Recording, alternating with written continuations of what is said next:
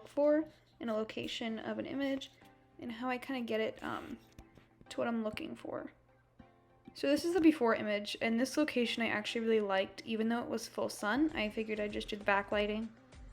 Of course, I overexposed a little too much, so I wasn't able to save this backlighting, but this could have been a really pretty picture, and I mean, you could have easily just bumped it down a stop and saved it.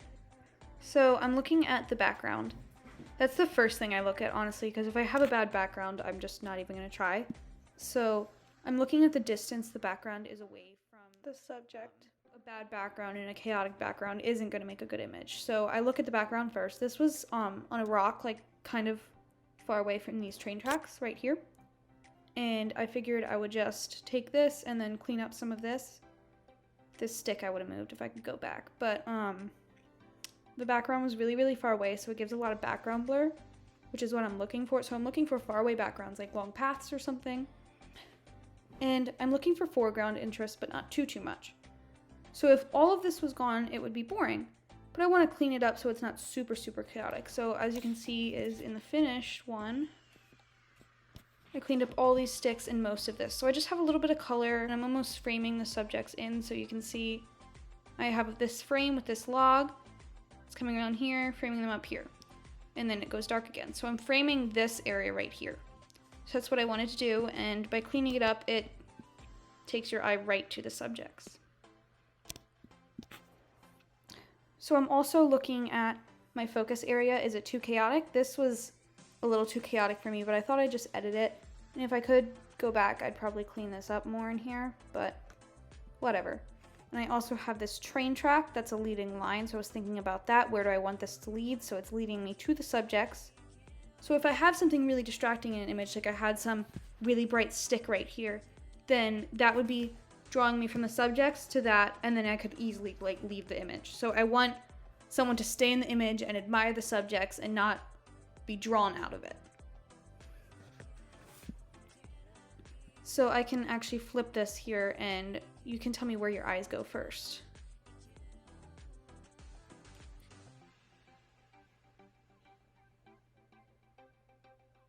Mine go right here.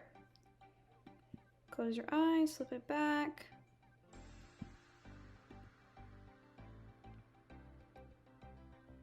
Right here.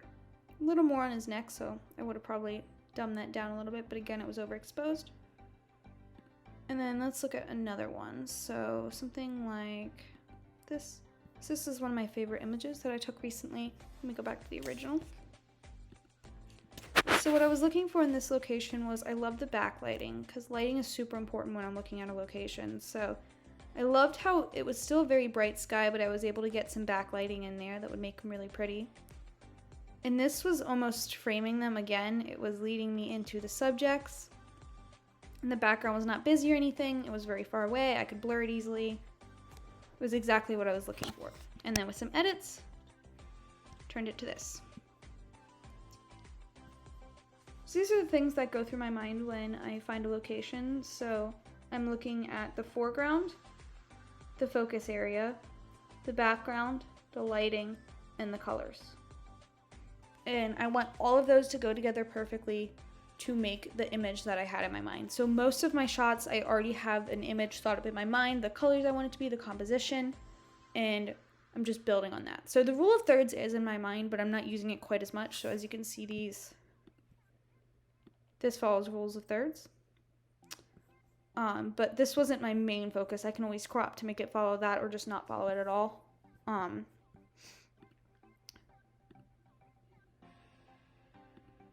So the rule of thirds isn't in my mind, but there's foreground interest, and I always want to make sure I have foreground interest, but not so much that it's taken away from the subject. I just want a little bit of texture, but not like overexposed texture, like really strong colors, because a really strong color will pop out. So I want it to all be kind of the same, and then my subjects. And then I'm looking at lighting. I always want the dog face towards the light source, or if I'm gonna have it like looking into a light, that's fine. So let me find one.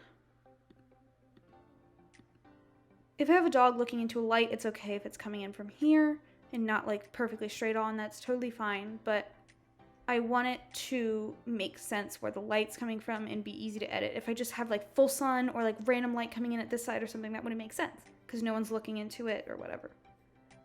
So if there is light, I want them to be looking into it. And if they're not, if they're just looking right at the camera, I want the light source on them or backlighting. And backlighting, you never want to do like full sun backlighting. I only do backlighting with golden hour sun. And then the background. So backgrounds, I look for non-busy backgrounds. Normally pretty basic backgrounds. So as you can see with this one, I was looking for like no sky. I try to avoid any like actual light bokeh because that's just really hard to edit. So I did no sky. I just had some really thick trees and they worked really nice for editing. It's far away.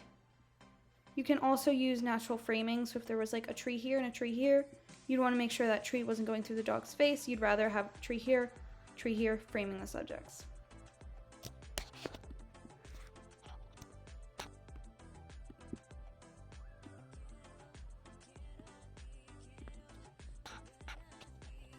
So I'm going to come back to this and kind of talk about what I cleaned up a little bit. So cleanup is really important to me in an image because I think that's really what makes it more artistic and makes you really think about what you're doing when you put a lot of time into your editing. So without editing, this is busy. My eyes are kind of going to this stick, super chaotic in here.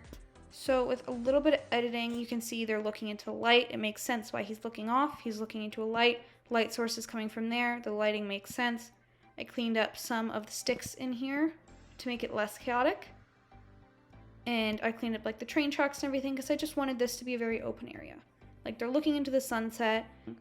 So I cleaned up a lot of it. And as you can see, there was a bright ball. Here, let me change my... There was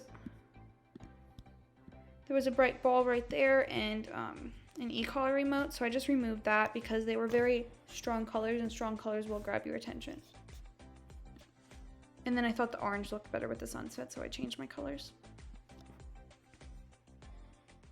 I meant to add that I normally would have liked to clean up those things in person, remove the ball, remove the remote, and clean up all those sticks before I took the actual picture, but because I was busy, I wouldn't.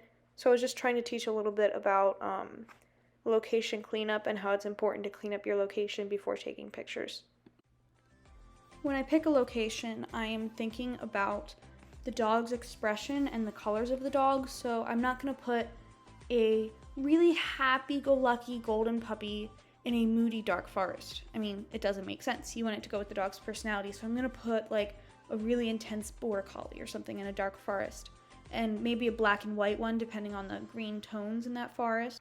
Anything like that. You just have to think of your color wheel the entire time you're editing and how chaotic are these colors. Do I have 5 different colors in my image? I normally try to keep it to 1 or 2 colors. So as you can see in this image, I have orange and gray, and then I have the purple, which I would have changed if I could have, but it was just a quick snapshot.